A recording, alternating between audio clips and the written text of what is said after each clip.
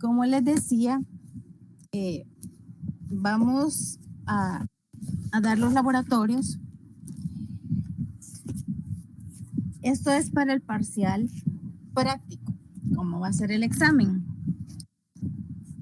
Lo que yo les ponga aquí, por ejemplo, ahorita voy a hablarles de atrofia y yo les voy a poner fotos y les voy a explicar las fotos. Entonces, ustedes van a ir a estudiar lo que es atrofia en el libro. Porque yo les voy a preguntar una foto o algo y algún concepto o algo que esté en el libro. Entonces tienen que ir a estudiar lo que es, o sea, aquí no vamos a hablar de alteraciones bioquímicas, aquí vamos a ver más macro y microscópicamente. Y eso es lo, o algún concepto que yo les pueda preguntar. Entonces, cada una de las fotos que les vaya a ir pasando va a ser así. El parcial práctico lo vamos a hacer el jueves, les dije, después de vacaciones. Este parcial dura, son 20 preguntas o 25, dependiendo, y dura 20 minutos. Es 1 minuto por pregunta. Entonces, si yo les voy proyectando la foto y ustedes tienen que ir escribiendo lo que yo les voy indicando. Así son los parciales prácticos. Cualquier duda o algo me pueden preguntar. Ahora, ¿qué es la atrofia? La atrofia no es más que la reducción del tamaño de un órgano o tejido debido a la disminución del tamaño y el número de las células. Ya vimos que la atrofia puede ser fisiológica o puede ser patológica, dependiendo de la causa. Por ejemplo, aquí estamos viendo una lesión celular persistente y causa una atrofia. Aquí se cataloga como atrofia leve, moderado, severa. Miren, aquí casi que no hay glándulas. Disminuye el número de glándulas. Entonces, esta es una atrofia gástrica. Esta es una atrofia gástrica. Y esto es por, provoca una gastritis crónica, generalmente por aumento del ácido clorhídrico o la infección por el Helicobacter pylori. También está la atrofia por interrupción de señales. O sea, eso es cuando ha habido, cuando disminuyen, por ejemplo, en la menopausia. Entonces los órganos comienzan a atrofiarse porque ya no están bajo la influencia de las hormonas. Igual, este es otro órgano que está bajo las influencias de las hormonas. Esta es una glándula suprarrenal. Vemos cómo está toda atrófica y esta normal. La tiroides, igual, cuando comienza a haber un hipotiroidismo, entonces, o una alteración que haya en las hormonas, entonces en ese momento comienza a haber una disminución del órgano. Esta es tiroides y está toda atrófica. Entonces aquí vemos la disminución de los folículos tiroideos. Aquí está una tiroides atrófica. Esto es la tiroides, este es el cartílago cricoides. Aquí viene la tráquea y miren, normal, y miren la atrófica. Esta es la tiroides, así, esto que está aquí. Entonces está atrófica, eso es atrofia. Por reducción de la demanda funcional, o sea, disminución por pacientes que pasan encamados, que sufren alguna fractura y el músculo queda inmovilizado por mucho tiempo, entonces comienza a atrofiarse. La insuficiencia de nutrientes también va a provocar atrofia. El envejecimiento igual produce atrofia cerebral. Vemos cómo disminuyen, miren los surcos cómo están, las circunvoluciones. El Alzheimer también produce una atrofia. Miren lo normal y miren cuando está afectado, disminuye. La atrofia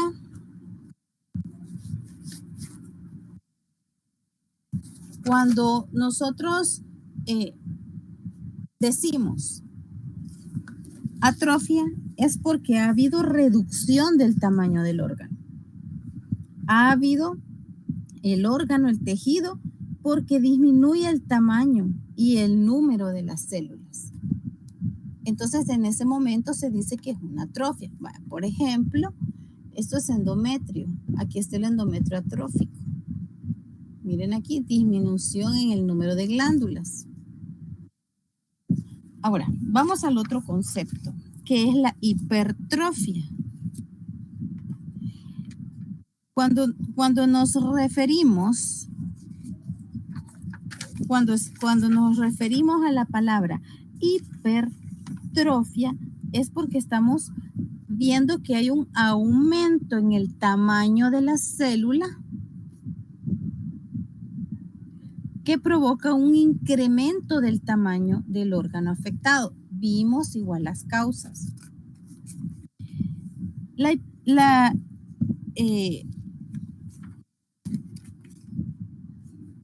hipertrofia tiene sus mecanismos. ¿Cómo es que se va a producir? Entonces, por ejemplo, en este caso, estamos viendo aquí.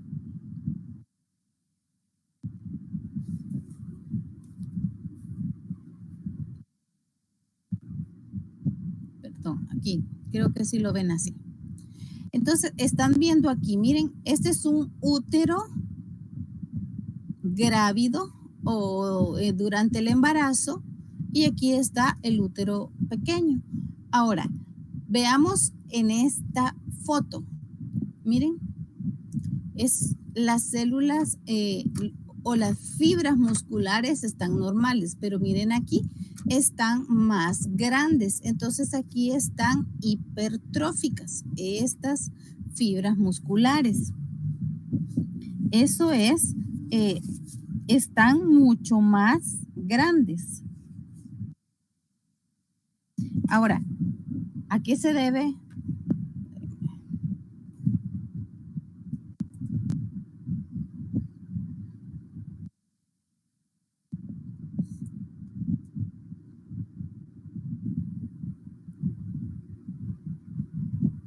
Dimas Daniel. Dimas Daniel está ahí.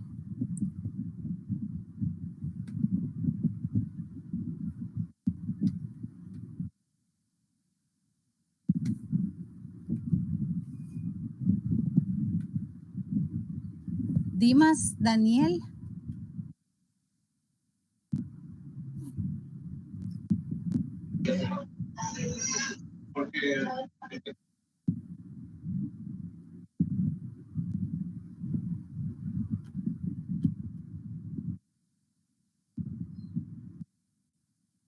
Está aquí Dimas Daniel.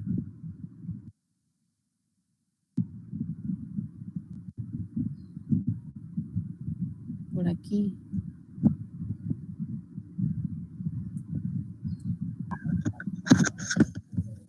Ahí está, ya encendió. Buenas tardes, doctora, ¿me escucha? Buenas tardes, sí, le escucho. Dígame, ¿a qué se debe la hipertrofia?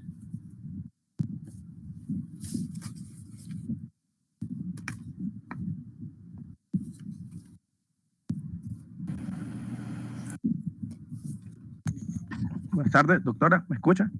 Sí, ¿a qué se debe la hipertrofia? Presente. La hipertrofia, dijo, ¿verdad? Ajá. Bueno, es por un aumento de células, ¿verdad? En el caso de los músculos es por el ejercicio, ¿verdad? Cuando se hace y se atrofia, crecen Sí, células. pero no le pregunté qué es hipertrofia. ¿A qué se debe la hipertrofia?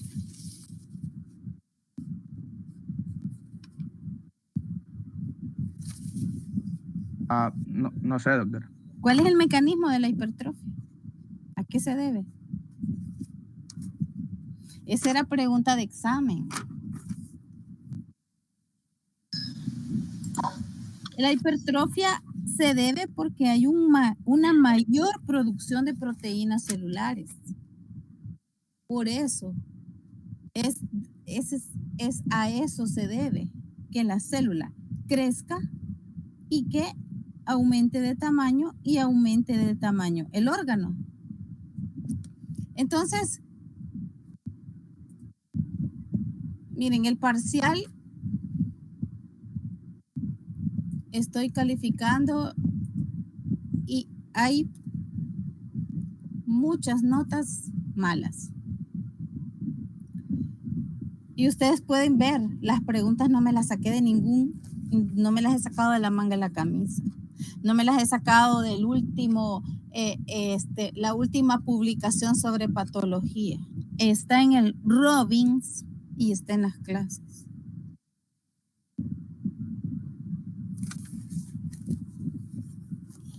Yo les dije que este parcial es de los que más mejores notas sacan siempre, porque eran un montón de que iban a aprenderse solo las muy diapositivas. Pero ustedes no se aprendieron ni siquiera las muy diapositivas. Como yo podía esperar que estudiaran el libro. Entonces, de verdad les digo, si usted no me pudo contestar qué es patología, miren, hay páginas en blanco. Páginas en blanco. O sea, no saben qué es patología. ¿Cómo les hablé de los telómeros? Se los hablé en un montón de clases. En varias clases les expliqué el ciclo celular. No pudieron dibujar un ciclo celular. O sea, miren, de verdad, yo sé que ustedes hablan y que requete contrahablan y que no sé ni qué dirán, ni me importa, pero lo sé. Pero, o sea, sean conscientes y usted autoevalúese. Conteste las preguntas que le hice. Vaya, búsquelas al libro. Estaban en las diapositivas. Si no las contestó es porque no había estudiado. Entonces, de verdad les digo, tienen que meterle más. O sea, habían mayoría de preguntas, todas las preguntas estaban ahí. Si yo les di un libro de texto, un libro nada más tienen que leer. Por eso les digo, o sea, no saben qué es el concepto de metaplasia, o sea, significa que no estudiaron. O sea, es que no estudiaron ni siquiera, o sea, ¿qué es un telómero, pues? Si se los expliqué un montón de veces. No saben qué es talla de muestras. Era una clase de diapositivas nada más, no iban a leer imagínense si no leyeron una diapositiva, como yo iba a esperar que leyeran el libro. Pero bueno,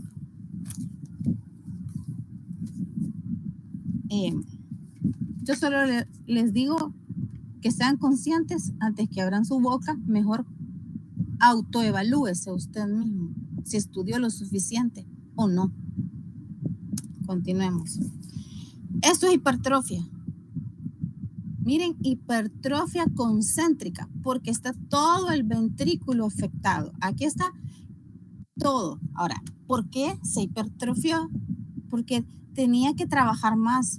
Había aumento de la demanda de sangre que le está llegando al corazón. Entonces, esto debe de llegar, reacciona. Es igual que es un músculo esquelético, es un músculo cardíaco. Entonces, este músculo cardíaco va a responder a esa demanda que le está llegando. Entonces, este músculo reacciona a la mayor demanda y es una hipertrofia.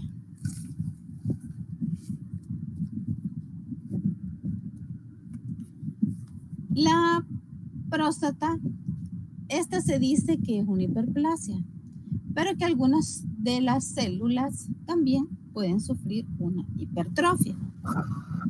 Esta puede tener una combinación de los dos, pero lo que más tiene es una hiperplasia. ¿Qué es hiperplasia?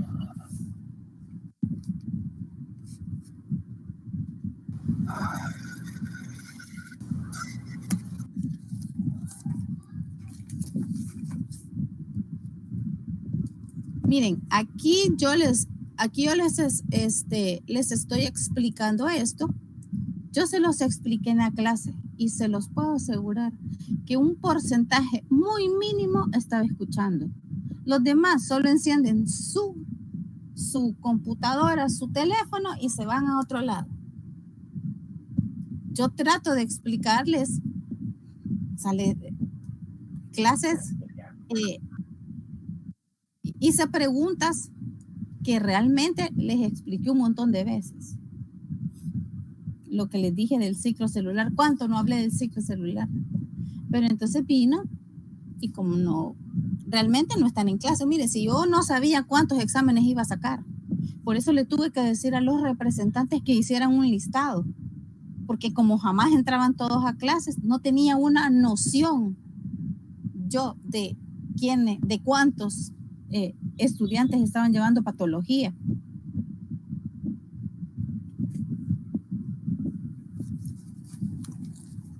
Por eso les digo, imagínense ahorita aquí 172. Ahora hay un montón. Usted tiene que ir anotando esto. Usted lo va anotando. ¿Qué es lo que yo voy diciendo? No me vaya a salir con que usted tiene otro manual de los años anteriores y están escritas cosas que yo no he dicho, cosas que entendió el que le prestó. Por eso cada quien debe de tener su manual. Además, esto yo lo he remodelado. O sea, estas están un poco, algunas fotos tienen unas fotos de más, otras tienen fotos menos. Entonces, por eso les digo, si tiene otro manual, o sea, no vaya a poner cosas que yo no he dicho. Aquí les estoy explicando. Entonces, la hiperplasia es el aumento del número de células. Aquí sí, es el aumento del número de células en un órgano o tejido en respuesta a un estímulo. Hiperplasia. Esta es una hiperplasia compensadora de la médula ósea. Sobre todo los que están a grandes alturas. Voy a seguir preguntando. Ay.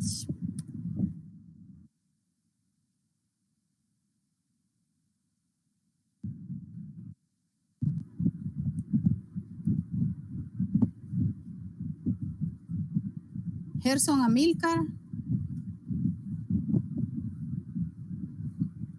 Sí, doctora.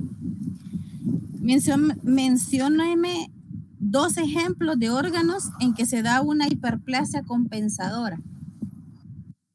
Una hiperplasia, compensadora. Por ejemplo, eso que estaba hablando, compensadora. Ajá. Es el aumento del número, me dijo, ¿verdad? Sí, el número de células. Sí. De hiperplasia, perdón. Por ejemplo, en el ejemplo del esófago de Barrett, que es un cambio de... No, perdón. Ese es metaplasia, sí, me confundí.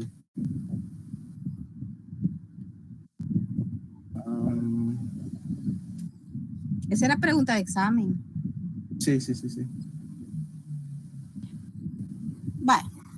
Ya no sigo, mejor. Dale. Vale. a estas alturas usted ya tuvo que haber ido a buscar. Tuvo que haber ido a buscar las respuestas. ¿En qué la regué? Sí, no estudié esto. Sí, de plano, no estaba fácil. Porque dígame esto, o sea, y ahorita usted, al que le acabo de preguntar, porque le pregunté a usted, pero realmente no solo es usted, es un montón que no contestaron esa pregunta. Yo decía, o sea, no la contestaron. Un montón. Entonces, esto es médula ósea, es una hiperplasia compensadora. Dije 2 órganos. El otro es el hígado. Es una hiperplasia compensadora. Hasta puse el ejemplo de Prometeo encadenado. Lo fueron a buscar. Esto es una hiperplasia. Miren, aquí esto es piel. Aquí está la epidermis normal, la dermis, y aquí está una epidermis con hiperplasia, que esto se denomina hiperkeratosis. Y esto puede ser un callo. Un callo, usted le toma una biopsia y va a hacer una epidermis hiperplástica, porque al roce constante ha ido sufriendo una hiperplasia, o sea, una respuesta a algo. La hiperplasia gingival, igual, está aquí. También, o sea, las múltiples infecciones o daño, agresión que está sufriendo, viene y responde como una hiperplasia. Esto es lo que les decía, el callo. La hiperplasia endometrial.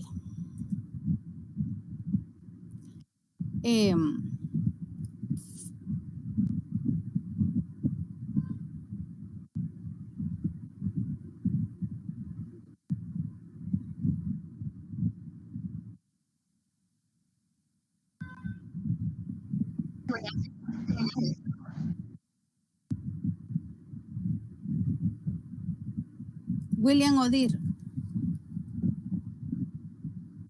William Odir. Presente. Buenas noches. Hábleme de la hiperplasia endometrial. ¿Por qué es importante? ¿A qué lo conlleva? Sé que la hiperplasia endometrial creo que es una... Es producto de hormonas, de una ¿cómo se llama? Es una hiperplasia asociada a las hormonas. Sí. ¿A cuáles?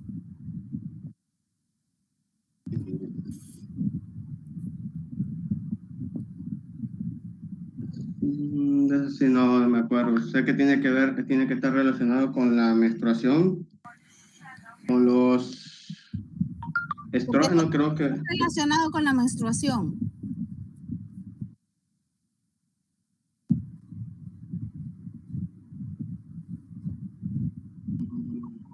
Eduardo, vaya ya. Voy a preguntarle a Eduardo. Eduardo Ventura. Sí, buenas noches, doctora. Ajá, Eduardo. Sí, bueno, como le preguntó acerca de la menstruación, es debido a que durante la menstruación y posterior a esa puede llegar a haber un desequilibrio entre 2 hormonas, principalmente que es el estrógeno y la progesterona. Cuando hay un equilibrio de estas, la progesterona es como que de cierto modo llega a inhibir la capacidad proliferativa que tiene la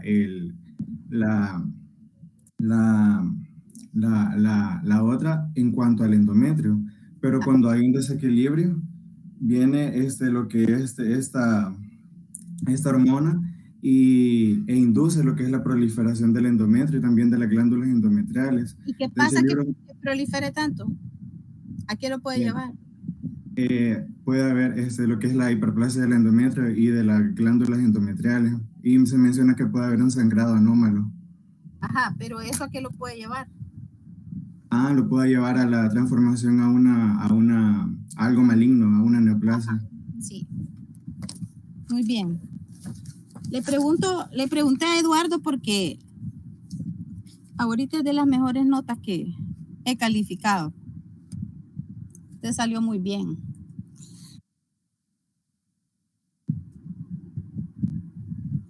Eso es.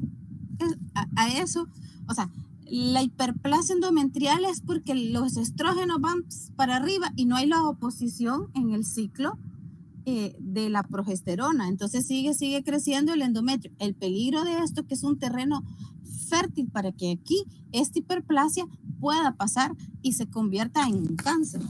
Eso es el peligro de la hiperplasia endometrial. Por eso deben de ser tratadas. Y sí, da sangramiento, todo lo que dijo Eduardo, eso está muy bien. Bueno, sigamos, si no, no voy a terminar. Ahora miren, aquí está este ejemplo. Y eso se los puse. Hiperplasia, aumento en el número de las células, hipertrofia se vuelve más grande, atrofia se vuelve más chiquita.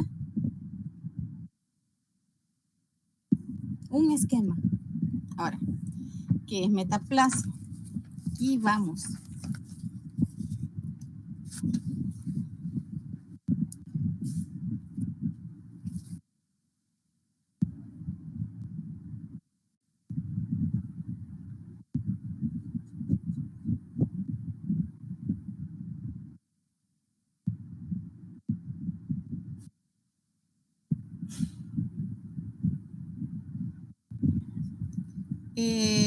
Raúl,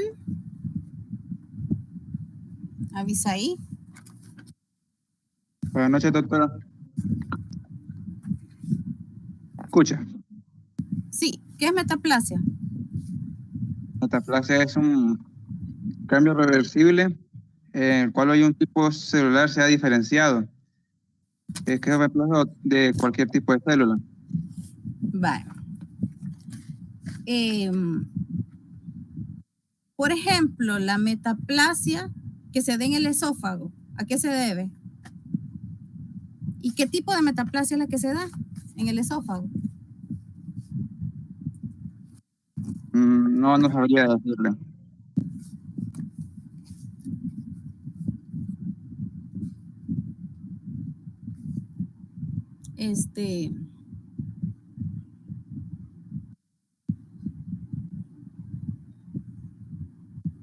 Oscar Efraín.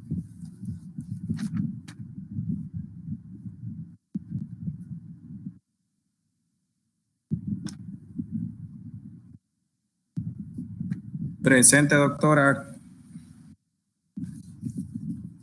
¿Qué Hola, tipo hola. de metaplasia se da en el esófago y a qué se debe?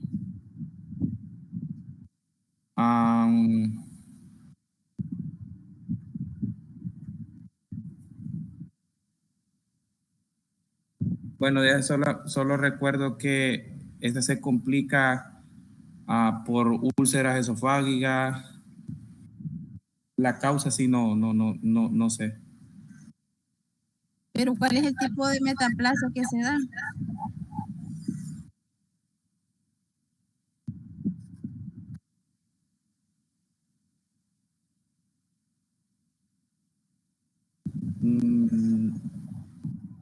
No sé, doctor. Doctora, ¿me puedo reivindicar ahí? ¿Quién? Bueno, el tipo de metaplasia es de un cambio de un epitelio cilíndrico a escamoso. Perdón, de un epitelio escamoso a cilíndrico, porque el epitelio cilíndrico es más resistente a los estímulos como ácidos que tiene el estómago. Por ejemplo, se da por el reflujo o por la acidez mayormente conocida. Entonces, por eso se da ese cambio de epitelio. Entonces, ¿cómo se llama la metaplasia? Se llama metaplasia esofágica, ¿no? Sí, pero el nombre que tiene, la metaplasia. Es de Barrett. No, es metaplasia cilíndrica. O sea, pero sí estuvo bien lo que me dijo, así es. O sea, la metaplasia es un cambio de un epitelio que resista más. Ahora,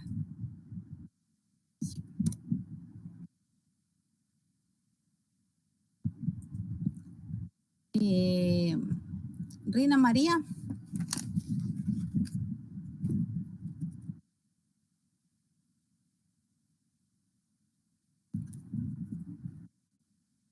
Rina María.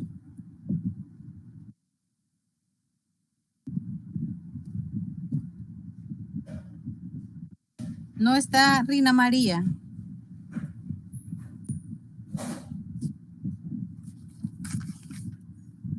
Rina María.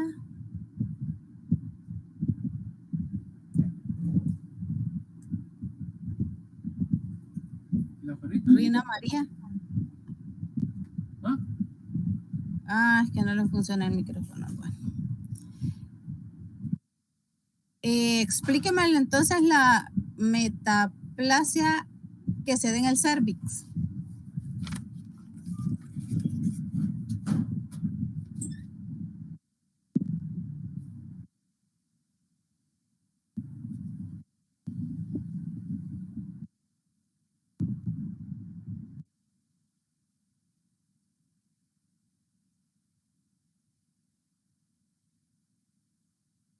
Así rápido, escríbalo.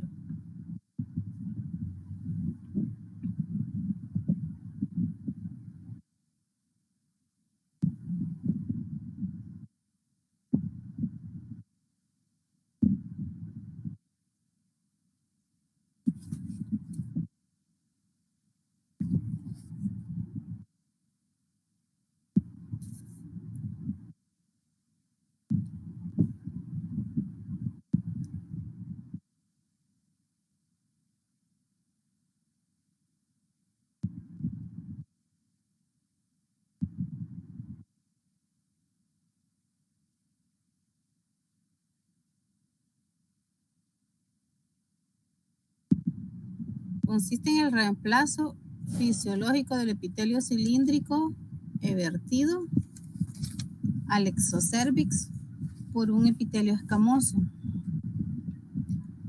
El epitelio escamoso es más resistente, entonces por eso el epitelio cilíndrico cambia. Entonces, aquí está una metaplasia del cervix.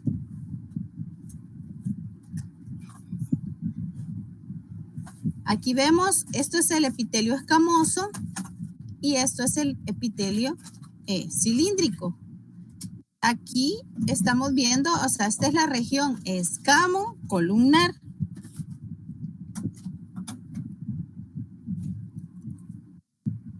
Esta es la metaplasia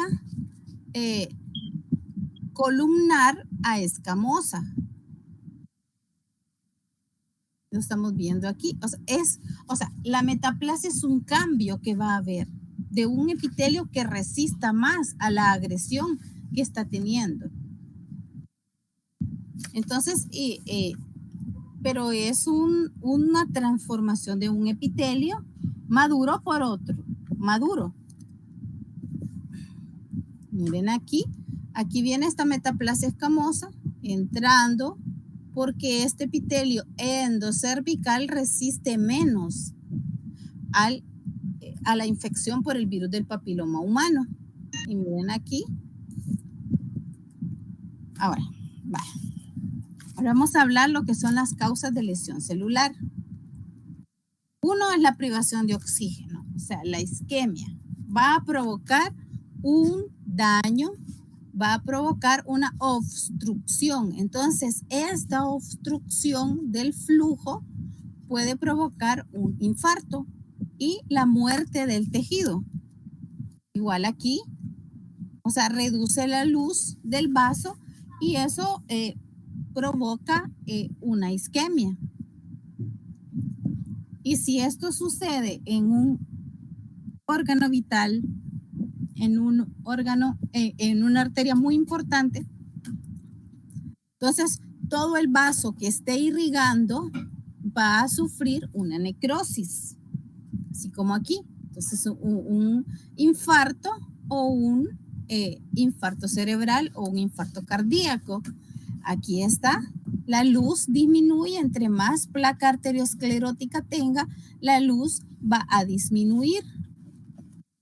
Los agentes físicos también son causantes de lesión por ejemplo, una quemadura, dependiendo del daño que sufra en la piel, así va a ser el tipo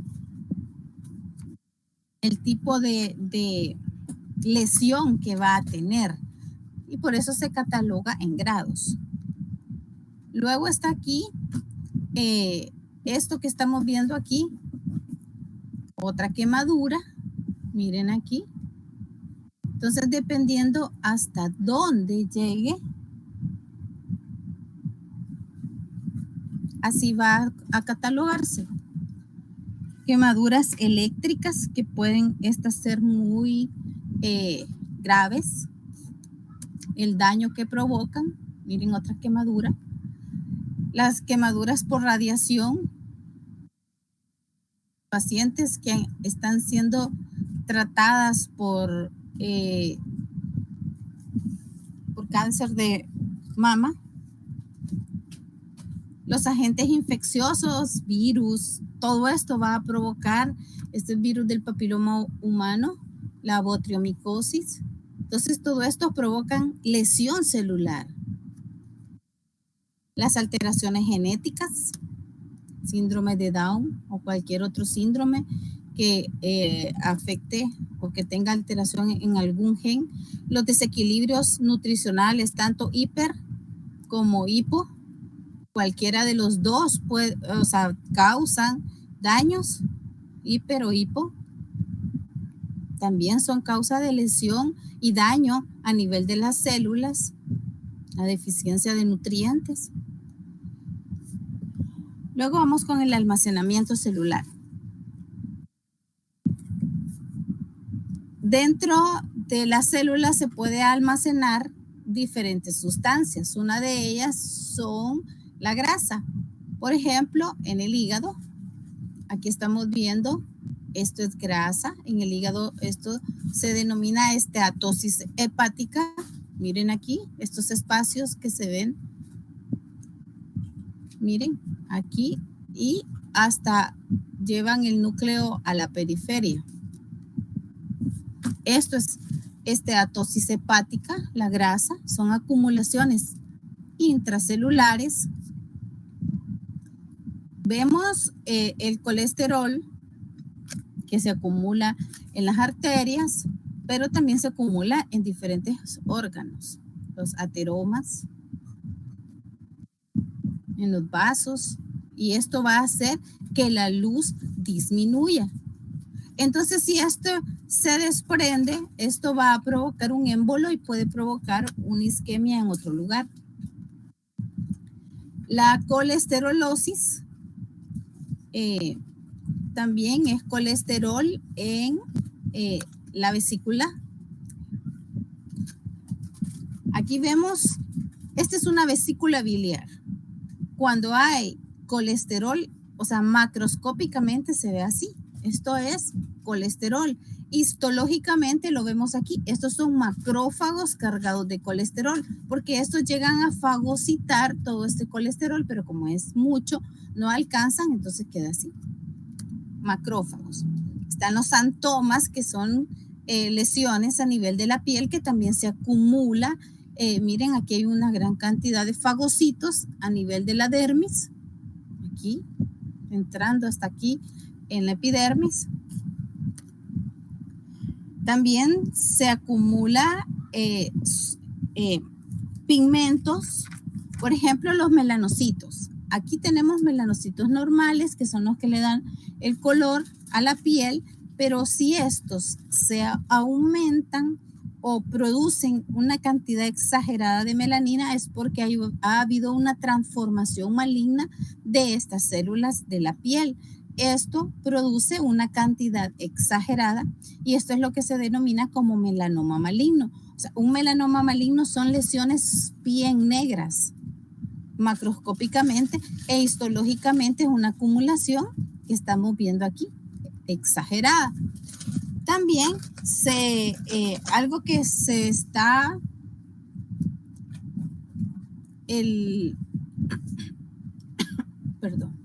las partículas de carbón, que esto, la contaminación ambiental, todos tenemos Y esto se denomina antracosis. Miren, así se ven los pulmones con estos puntos negros. Esto se denomina antracosis. Estos son alvéolos, esto es pulmón, y estos son las partículas de carbón que son fagocitadas por los macrófagos. Entonces quedan aquí. Y así se ve este pigmento. La hemosiderina, que también se acumula, miren, aquí está, se mira así. Entonces, todos estos pigmentos se acumulan dentro. Miren aquí.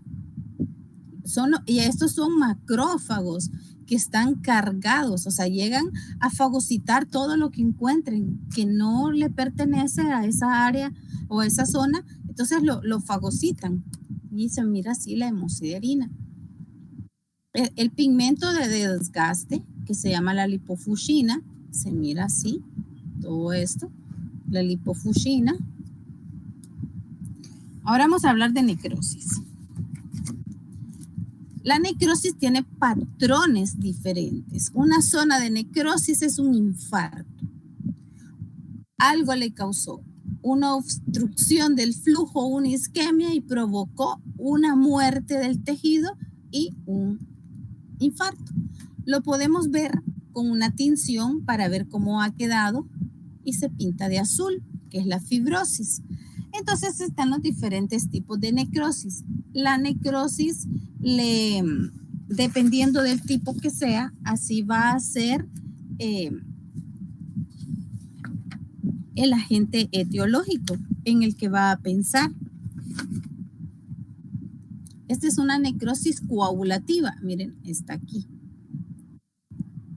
Este es un vaso infartado. Miren el cambio de color que tiene la zona del infarto. Esto es riñón. Esta es la zona infartada. Entonces vemos aquí los túbulos contorneados. Miren cómo han quedado. Esta es la zona necrosada de la necrosis. Este puede pasar por las células, por pignosis, por cariólisis y cariorexis. Miren, el núcleo pignótico es más chiquito. Miren el núcleo pignótico, muy pequeño. La cariólisis, miren cómo, o sea, este núcleo, miren, tiene alrededor rosado, se mira el citoplasma. O sea, como su nombre lo dice, cariólisis, o sea, hay una lisis del núcleo. Luego se fragmenta y es la cariorexis. Aquí siempre hay, en la necrosis coagulativa, siempre va a haber un infiltrado inflamatorio.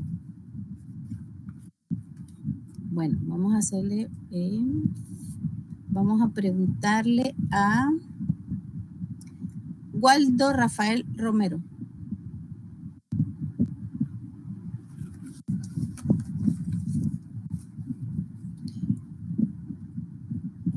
Waldo Rafael.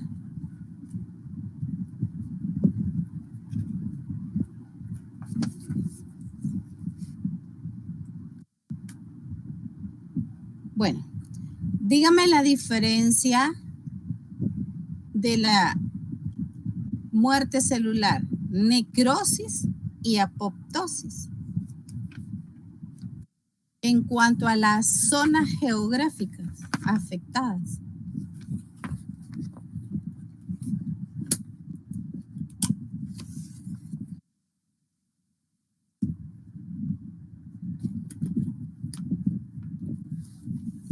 ¿Waldo?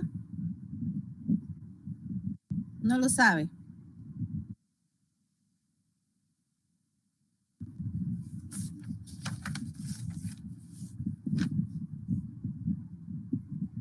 Ajá. En la apoptosis no se da inflamación. ¿Por qué?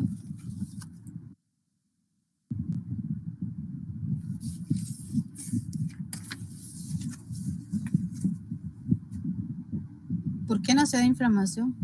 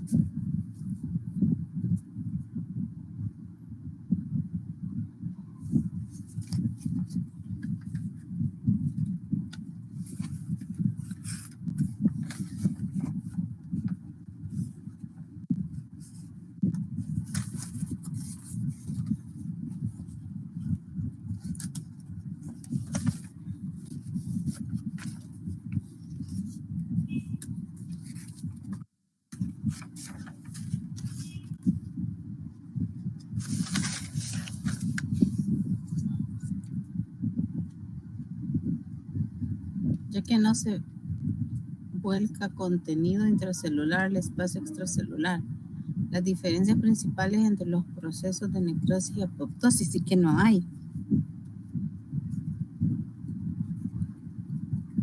La apoptosis es consecuencia de la activación de unas enzimas. ¿Cuáles son? ¿Cómo se llaman esas enzimas?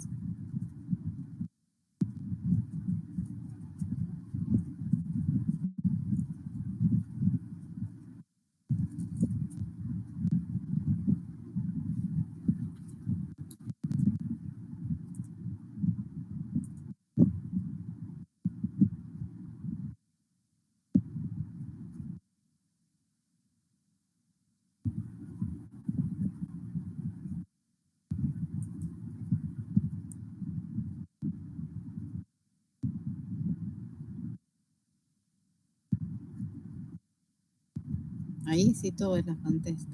Bueno. Ahora vamos a lo que es la necrosis licuefactiva. Como su nombre lo dice, licuefactiva. Una necrosis porque forma pus, licúa todo el contenido, licúa todo lo que está. Entonces, provoca igual inflamación. O sea, en todos estos hay un proceso inflamatorio. Miren aquí, gran cantidad de células polimorfonucleares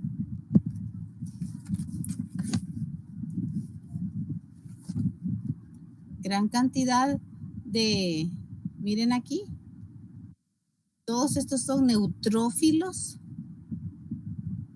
y está todo licuado. Eso que vemos licuado pues, es licuefactiva, encontramos pus, son polimorfonucleares. Luego está la necrosis gangrenosa. Ahora, en esta hay dos tipos, o sea, de necrosis. Aquí hay necrosis coagulativa y licuefactiva, pero por ser específica de miembros se le conoce, o sea, no solo de miembros, sino por el tipo, se le conoce como gangrenosa, porque también en el apéndice cecal podemos ver la apendicitis aguda gangrenosa, en fase gangrenosa, y lo que encontramos es necrosis coagulativa y licuefactiva, las dos juntas. Miren la diferencia, una apendicitis hematosa a una apendicitis aguda en fase gangrenosa. Luego está la necrosis grasa, que se da más que todo en aquellos órganos implicados en el metabolismo de la grasa. Páncreas, necrosis grasa. Este es el páncreas y miren cómo quedan los espacios. Aquí no vemos núcleos, solo quedan los espacios celulares en la necrosis grasa. Y luego está la necrosis gaseosa, que esta generalmente es por tuberculosis. Entonces, puede provocar gran daño tisular que provoca hasta cavernas. ¿Y por qué se le denomina gaseosa? Porque el tipo de material es como queso, caseum. Por eso se denomina como gaseosa. ¿Y qué es lo que encontramos histológicamente? Necrosis, esta es la necrosis gaseosa, esta es la zona de necrosis, pero esto está rodeado por células inflamatorias crónicas, que son las que llegan al proceso inflamatorio, y son las células epitelioides, linfocitos, corona de linfocitos, y forma las células gigantes como esta.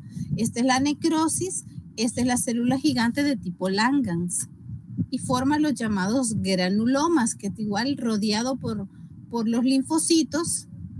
El granuloma, miren, múltiple, esto es pulmón, estos son alvéolos, y estos son los granulomas, todos estos son granulomas.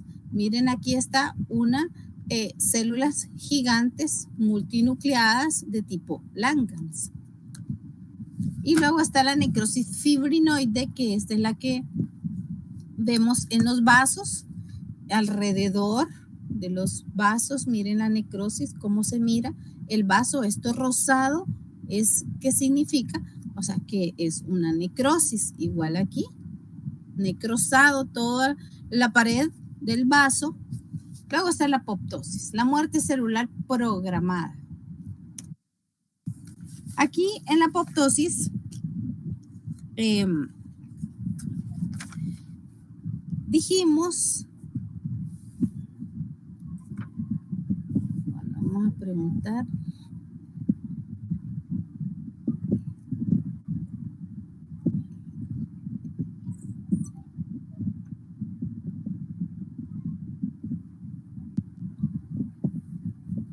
Vamos a preguntarle a Merari, Sara, Janes.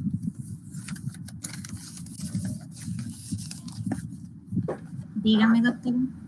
Va, explíqueme en la apoptosis qué sucede si el citocromo C es liberado del citosol.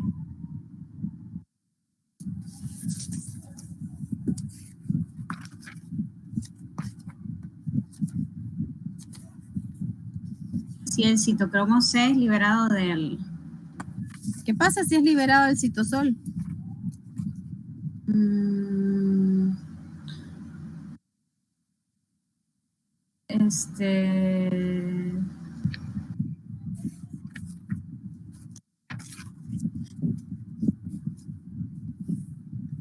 No sé, no recuerdo. Ayúdele, Natalie Abigail Romero.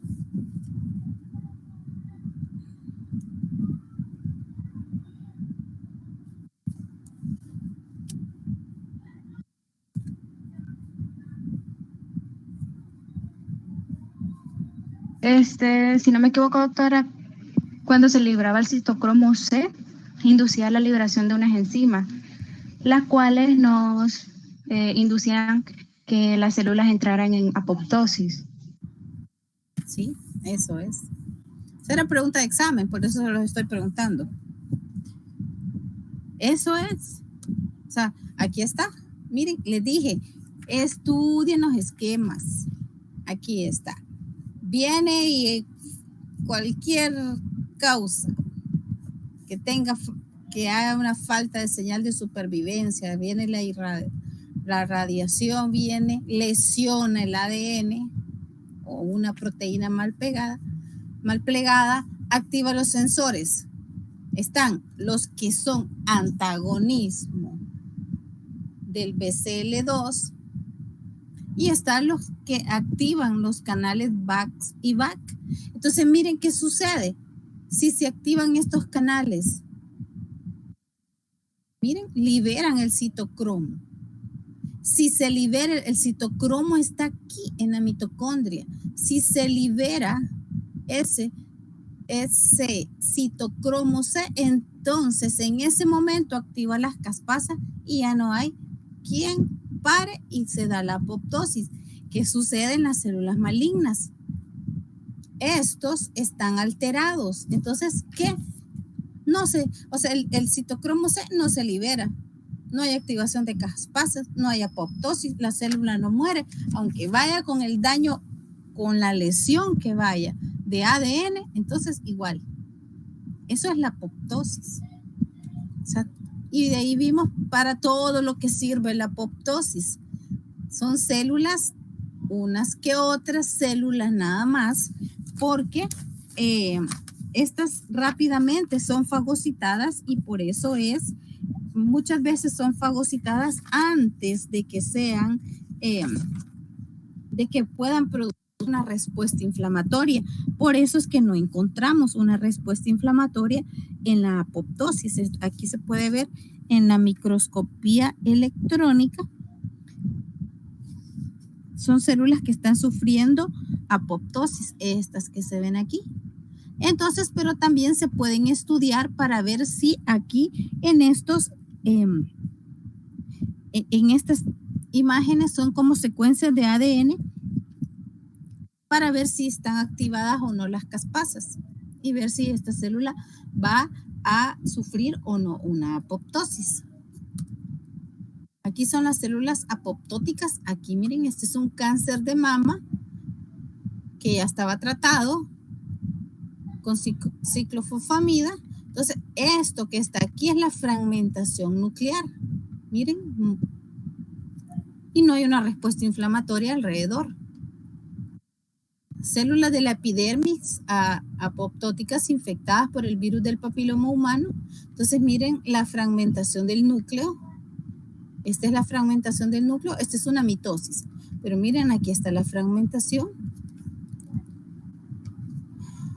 Ahora en esta podemos ver aquí, miren, el macrófago fagocita. Entonces solo quedan los cuerpos apoptóticos que son fagocitados. Aquí el macrófago fagocitando los cuerpos apoptóticos y miren alrededor no hay una respuesta inflamatoria. Y terminamos un laboratorio. Bueno.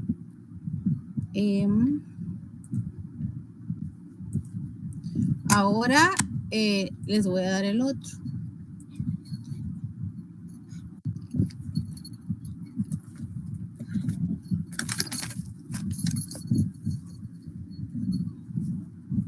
El siguiente laboratorio es el de inflamación.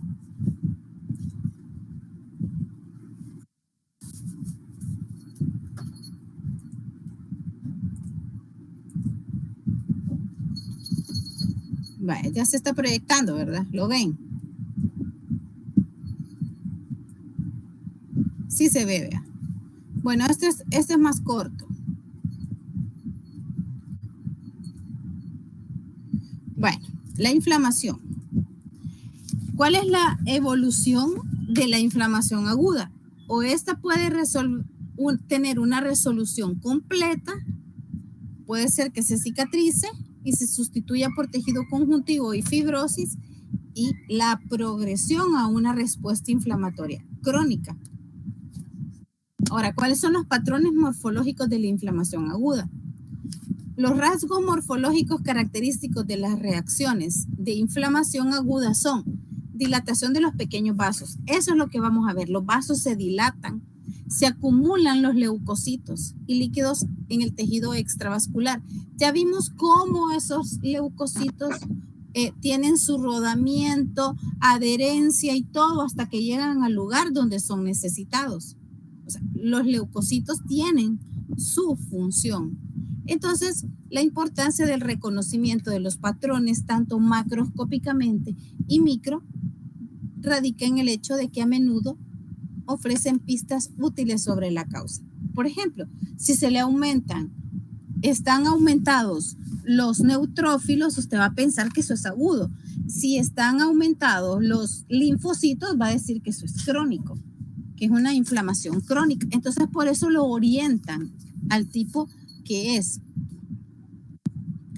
Por ejemplo, este es pulmón normal. Miren, aquí está la congestión de los vasos, se dilatan, y el infiltrado inflamatorio de leucocitos que llega. Todos estos son leucocitos polimorfonucleares dentro del alvéolo. Lo normal para que se dé el intercambio gaseoso en el pulmón es que esto esté libre y que la barrera esté intacta y se pueda dar el intercambio gaseoso. Es tan importante que eso suceda, pero si hay una congestión de los vasos, hay infiltrado inflamatorio como se da en los focos neumónicos, entonces esto ya dificulta el patrón respiratorio. La inflamación serosa.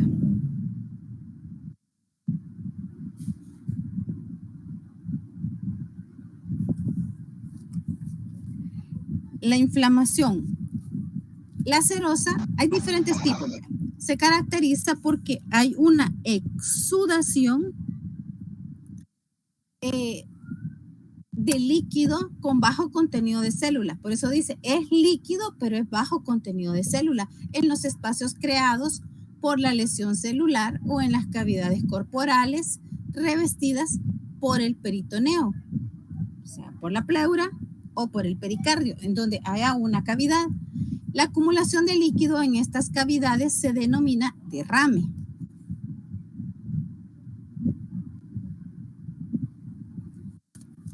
Las ampollas cutáneas, por ejemplo, eso es un derrame, o sea, es una acumulación de líquido. Se forma por una quemadura o por una infección vírica y se debe a acumulación de líquido seroso en la epidermis dañada o por debajo de ella. Eso es una ampolla. Entonces, aquí está. Ahora, ¿cómo lo hace esto histológicamente? Así. Es esto que está aquí. Aquí está la piel y aquí está el líquido. Aquí está el líquido. Esa es una inflamación serosa. Aquí está la inflamación serosa. Estas se pueden sobreinfectar. Por ejemplo, esta tiene hasta sangre. Aquí podemos encontrar, como es una cavidad pericárdica o cavidad torácica, puede ser sangre. La fobia, el edema de los miembros inferiores, que vemos, cuando se aprieta, cuando se hace presión, entonces ahí eso es un Eloísa,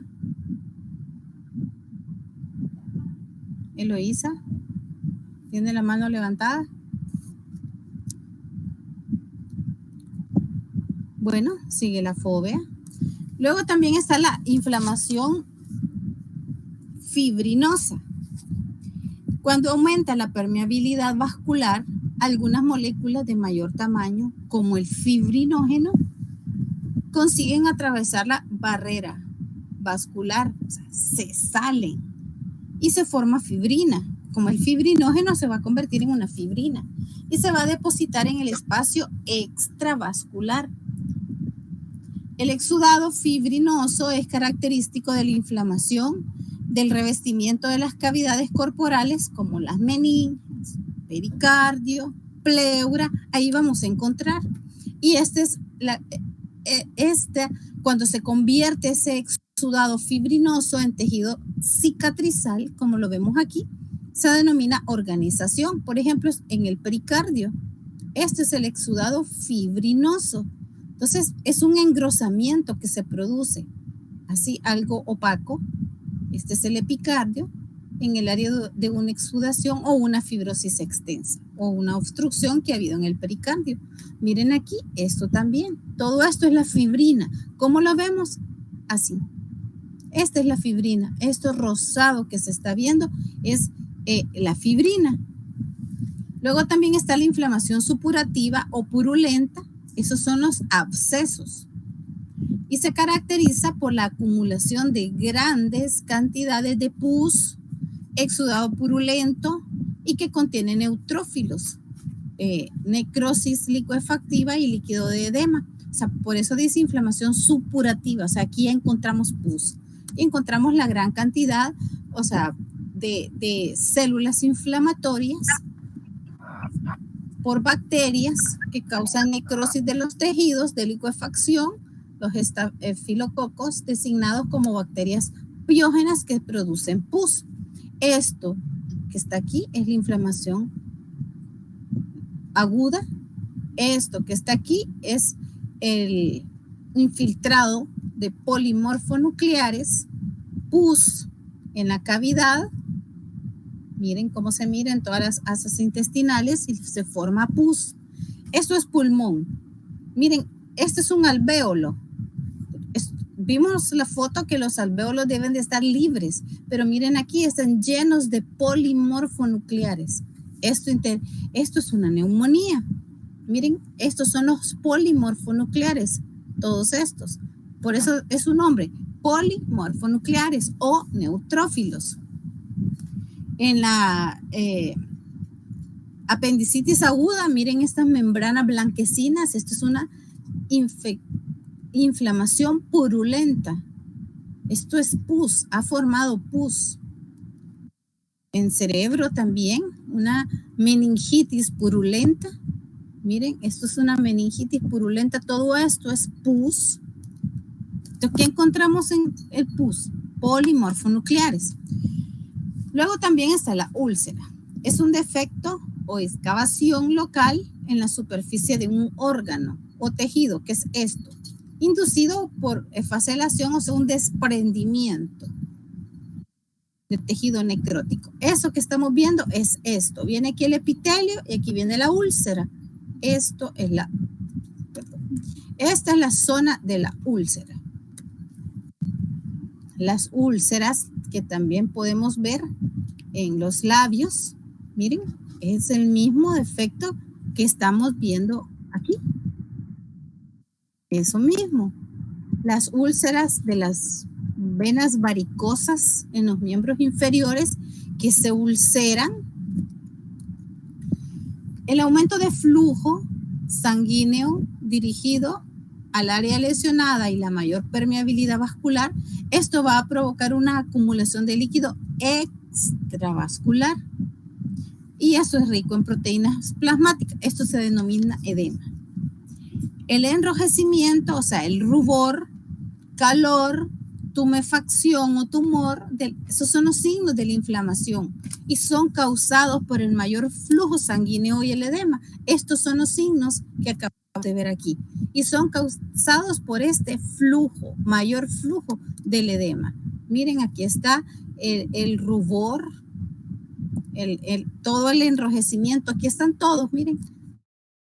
Estos pacientes aquí sienten calor, la tumefacción. Ahora, ¿cuáles son las células características de la inflamación aguda? Son los polimorfonucleares. Estos son los polimorfonucleares. Todo esto que estamos viendo aquí, esto es un frotis de sangre periférica. Esto es para que veamos los polimorfonucleares. Esta es la forma que tienen. Esto es un neutrófilo o un polimorfonuclear. Son las células típicas de la inflamación aguda. Entonces, una vez que se eliminó el agente causal y se activan los mecanismos antiinflamatorios, el proceso remite y el anfitrión recupera su estado normal.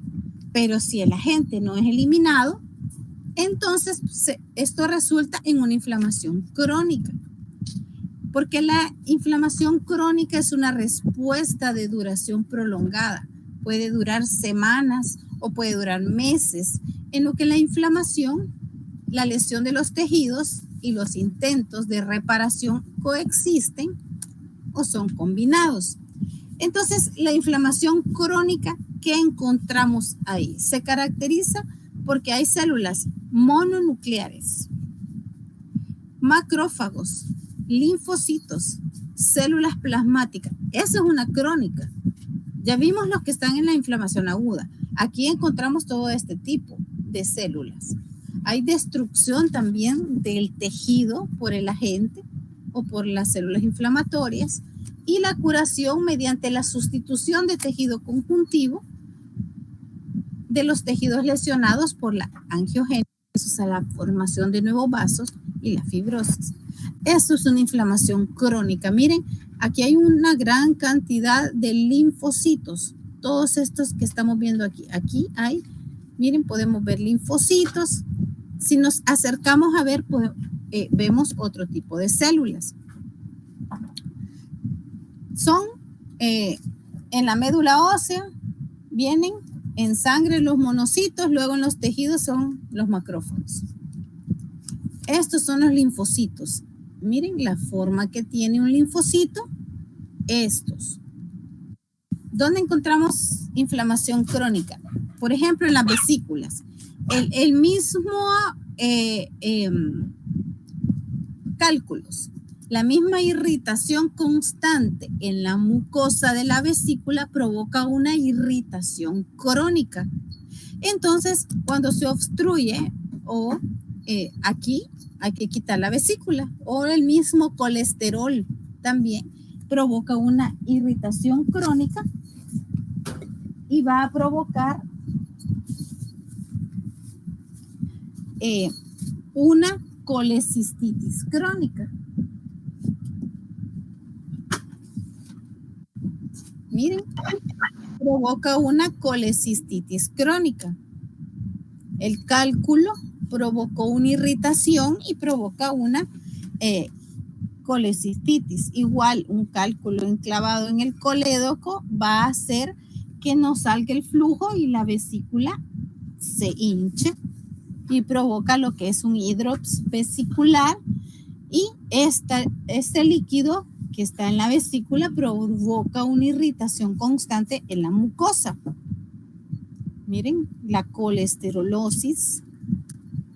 ¿Y qué vemos? El infiltrado inflamatorio a nivel, miren, linfocitos. Aquí encontramos linfocitos, células plasmáticas, macrófagos. Aquí está toda la celularidad crónica, linfocitos, células plasmáticas, macrófagos. Miren aquí ya más de cerca, todos estos son linfocitos. Aquí la mayoría son linfocitos. Estos son los macrófagos. Estos son macrófagos cargados de colesterol. Entonces esto se conoce como colesterolosis. Estas son las células plasmáticas. Esto que vemos aquí son las células plasmáticas. Luego está la inflamación granulomatosa. Es una forma de inflamación crónica que se caracteriza por cúmulos de macrófagos activados, a menudo con linfocitos T. Y a veces asociada a una necrosis central.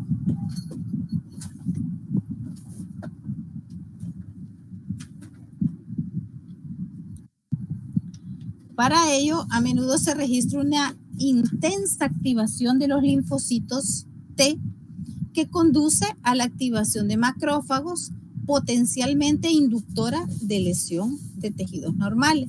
Entonces, los macrófagos activados pueden desarrollar un abundante citoplasma y comenzar a asemejarse a células epiteliales. Aquí estamos hablando que esos macrófagos que están activados en la inflamación granulomatosa, estos semejan a células epiteliales y por eso se les denomina células epitelioides.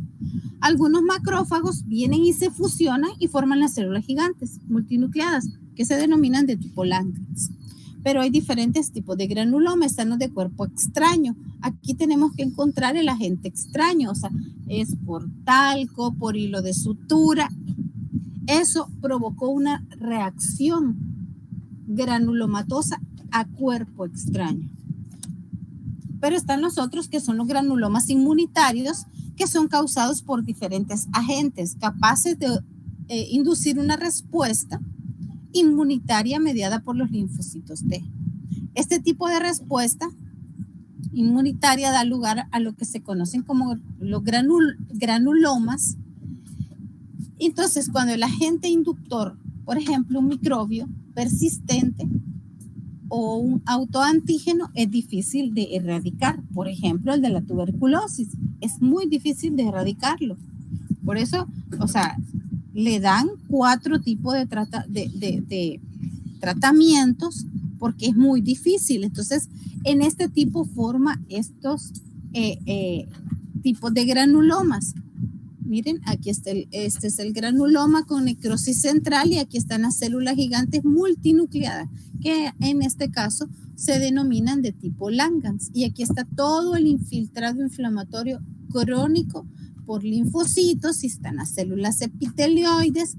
Este es un granuloma, estos son los linfocitos, la confluencia de los granulomas. Miren las células gigantes multinucleadas, las células epitelioides y la necrosis caseosa. Entonces, estos son hallazgos sugestivos que es tuberculosis. Aquí está la micobacteria, la célula gigante multinucleada, la célula epitelioide y aquí está la corona de linfocitos. Miren, todos estos son linfocitos y miren la fusión de muchos macrófagos, entonces forman las células gigantes de tipo Langerhans. Todo aquí estos son linfocitos. Esto es lo que vemos aquí, la célula gigante de tipo Langerhans, la necrosis y la celularidad. Y terminamos.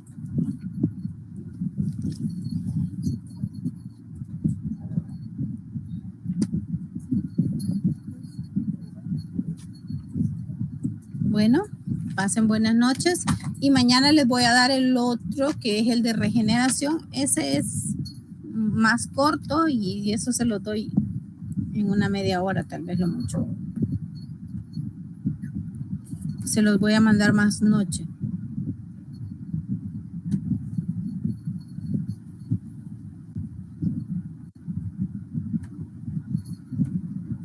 Una pregunta, doctora. Ajá.